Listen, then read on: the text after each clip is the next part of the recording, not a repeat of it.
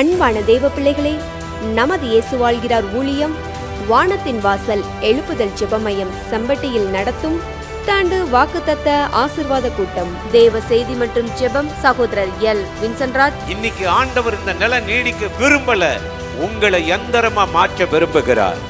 நீ மலைகளை மிதிக்கவும் குன்றுகளை பதறுக்கோப்பாக்கவும் உன்னை எந்திரமா மாற்ற விரும்புறேன்னு சொல்றார். சகோதரி கலா வின்சென்ட்ராஜ். நித்திய கிருபையோடு ஆண்டவர் நமக்கு இரக்கம் செய்கிறவராக இருக்கிறார். கோபம் கொள்ள மாட்டேன், உன்னை நான் கடிந்து கொள்ள மாட்டேன், நீ என்னிடத்துல மனம் திரும்பு, நான் உன்னை மன்னித்து ஆசீர்வதிப்பேன் என்றுதான் ஆண்டவர் சொல்கிறார். நாள் ஜனவரி 1, நேரம் மதியம் 2 மணி முதல் 5 மணி வரை.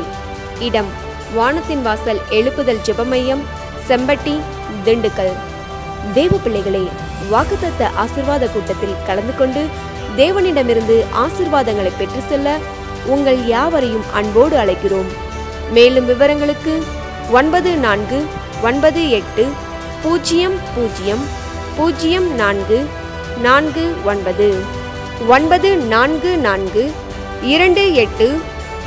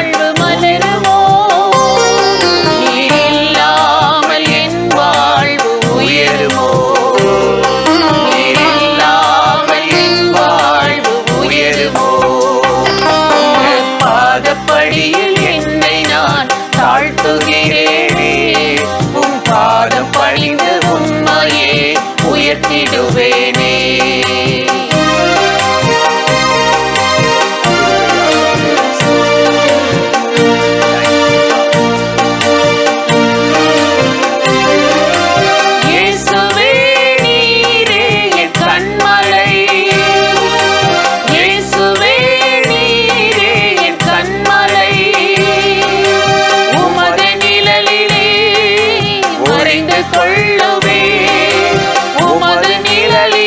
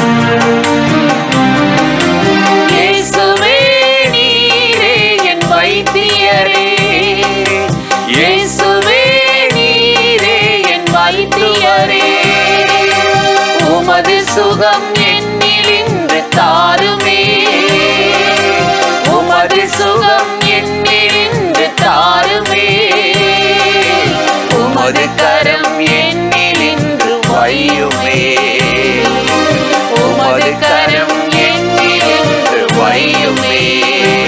உங்க பாதப்படியில் என்னை நான் தாழ்த்துகிறேனே, உம் பாதம் பணிந்து உம்மையே உயர்த்திடுவேனே. உங்க பாதப்படியில் என்னை நான் தாழ்த்துகிறேனே, உம் பாதம் பணிந்து உம்மையே உயர்த்திடுவேனே. பிரியமானவர்களே, ஆண்டவராகிய இயேசு கிறிஸ்துவின் நாமத்தில் இந்த காலை நேரத்தில் இயேசுவை தினம் பார்ப்போம் என்ற இந்த நிகழ்ச்சியின் மூலமாக உங்களை சந்திப்பதில் மிகுந்த மகிழ்ச்சி அடைகிறேன். புலம்பல் 3ஆம் அதிகாரம் 22வது வசனத்தில் நாம் வாசிக்கிறோம், நாம் நிர்மூலமாகாதிருக்கிறது கர்த்தருடைய கிருபையே, அவருடைய இரக்கங்களுக்கு முடிவில்லை என்ற வார்த்தையை குறித்து நாம் வாசிக்கிறோம். நாம் நிர்மூலமாகாமல் இருப்பது, நாம் அழிந்து போகாமல் இருப்பது ஆண்டவருடைய கிருபை, கர்த்தருடைய கிருபைதான். அவருடைய இரக்கங்களுக்கு முடிவே இல்லை என்று இந்த வசனம் சொல்லுகிறது. ஆண்டவராகிய இயேசு கிறிஸ்துவுடைய இரக்கத்திற்கு முடிவே இல்லாததினால்தான் நாம் நிர்மூலமாகாமல் இருப்போம். இந்த வருடத்தின் இறுதி நாட்களில் நாம் வந்துவிட்டோம். நம்மை அழித்துவிட, கொன்றுவிட, நிர்மூலமாக்கிவிட எத்தனையோ விதமான பாடுகள் நம்மேல் எழும்பி வந்தது. ஆனால் இவைகள் எல்லாவற்றிலும் நாம் அழிந்து போகாதபடி, நாம் நிர்மூலமாகாதபடி காத்தது ஆண்டவராகிய இயேசு கிறிஸ்துவினுடைய கிருபைதானே.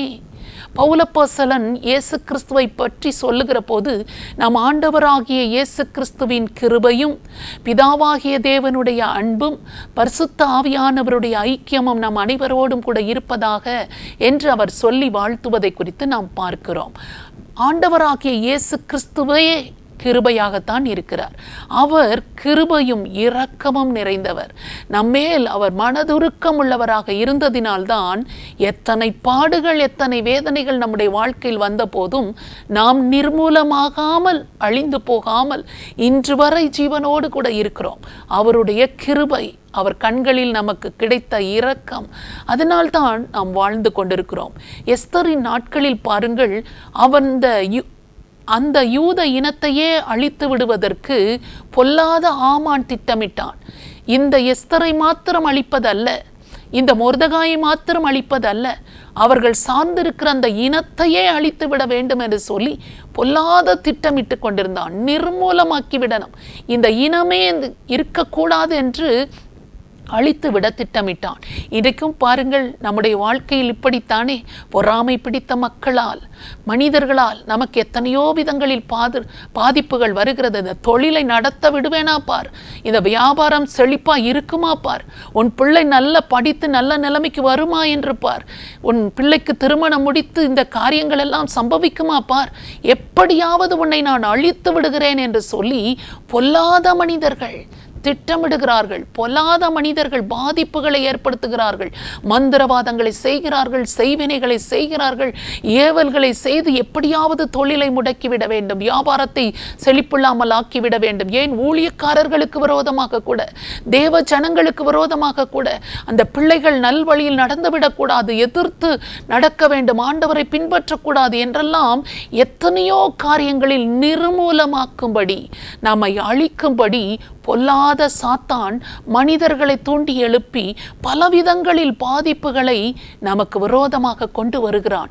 ஆனால் நம் ஆண்டவராகிய இயேசு கிறிஸ்துவின் கிருபை நாம் நிர்மூலமாகாமல் இதுவரை நம்மை காத்து வருகிறது, நம்மை பாதுகாத்து வருகிறது. அப்படித்தான் எஸ்தரின் சரித்திரத்தில் எஸ்தர் ராஜ சமூகத்தில் போய் நின்ற போது, ஆண்டவரே நீர்தான் நாங்கள் வாழ்வதற்கு வழி காண்பிக்க வேண்டும், ஆண்டவரே நாங்கள் முழு இனமும் அழிந்து போக திட்டமிடப்பட்டிருக்கிறது என்ற செய்தியை ஆண்டவர் அந்த ராஜ சமூகத்தில் கொண்டு போன போது ராஜா எழுந்து அந்த ஆமானின் கிரியைகளை அழித்து போட்டார். அதே போல நம்முடைய ராஜாதி ராஜா நமக்காக இயேசு கிறிஸ்து எழுந்து சத்துருவை சிதறடிப்பார். அதனால்தான் சங்கீதக்காரன் சொல்லுகிறார், தேவன் எழுந்தருளுவாராக, சத்துருக்கள் சிதறண்டு போவதாக என்று சொல்லுகிறான். நமக்காக தேவன் எழுந்தருளி நாம் நிர்மூலமாகி விடாதபடி, அழிந்து விடாதபடி, நாம் ஒன்றுமில்லாமலாகி ஆகிவிடாதபடி ஆண்டவருடைய கிருபையினால் நம்மை அவர் பாதுகாப்பார். ஆமானை அழித்து அந்த யூத இனத்தை பாதுகாத்தது போல தேவனாகிய கர்த்தர் பொல்லாத சத்துருவை அழித்து நம்மையும் நம்முடைய வாழ்க்கையையும் குடும்பத்தையும் ஆண்டவர் இயேசு இதுவரை காத்தார். இனியும் அவர் காத்துக்கொள்ள வல்லவராக இருக்கிறார். அவரை நோக்கி நாம் இப்பொழுது ஜெபிக்கலாமா? ஸ்தோத்திரம் ஆண்டவரே, உம்மை நன்றியோடு நாங்கள் துதிக்கிறோம். நாங்கள் நிர்மூலமாகாமல் இருப்பது உம்முடைய சுத்தமான கிருபை. உம்முடைய இரக்கங்களுக்கு முடிவே இல்லை ஆண்டவரே. உம்முடைய கண்களில் கிடைத்த இரக்கத்தினால்தான் நாங்கள் இதுவரை அழிந்து போகாமல் வாழ்ந்து கொண்டிருக்கிறோம். எத்தனை எங்களை அழித்துவிட போராட்டங்கள் வந்தது ஆண்டவரே. நாங்கள் ஒன்றுமில்லாமல் நிமிர்ந்து நிற்கவே முடியாதபடி எத்தனை பிரச்சனைகள் வழியாய் கடந்து போனோம். ஆனாலும் கர்த்தராகிய தேவன் உம்முடைய மிகுந்த கிருபையினால் எங்களை பாதுகாத்தீர், பத்திரமாய் நடத்தினீர், இதுவரை நிலைத்திருக்க பண்ணி இருக்கிறீர். உமக்கு ஸ்தோத்திரம் ஆண்டவரே, உமக்கு நன்றி சொல்லுகிறோம் ஆண்டவரே. தகப்பனை, இனியும் நீர் காத்துக்கொள்ள வல்லவராக இருக்கிறீர். உம்முடைய இரக்கங்களுக்கு முடிவே இல்லை. அந்த இரக்கங்கள் என்னையும் எங்கள் குடும்பத்தையும் மூடிக்கொள்ளட்டும் என்று எங்களோடு இணைந்து யாரெல்லாம் இப்பொழுது ஜெபிக்கிறார்களோ ஒவ்வொருவர் மீதும் உமது கிருபையும் இரக்கமும் சூழ்ந்து கொள்ளட்டும். உம்முடைய இரக்கங்களுக்கு முடிவே இல்லை என்று சொல்லி அவர்களும் உம்மை மகிமைப்படுத்தட்டும். கர்த்தர் அப்படி ஆசீர்வதிக்கிற அன்புக்காக உமக்கு ஸ்தோத்திரம். இயேசு கிறிஸ்துவின் நாமத்தில் ஜெபிக்கிறோம் நல்ல பிதாவே, ஆமென். இந்த நிகழ்ச்சி உங்களுக்கு மிகுந்த ஆசீர்வாதமாய் இருந்திருக்கும் என்று நிச்சயமாய் நாங்கள் நம்புகிறோம். நீங்கள் பெற்ற நன்மைகளை எங்களோடு கூட பகிர்ந்து கொள்ளுங்கள், மற்றவர்களிடத்திலும் ஷேர் பண்ணுங்கள். கர்த்தர் உங்களை ஆசீர்வதிப்பாராக. ஆமென்.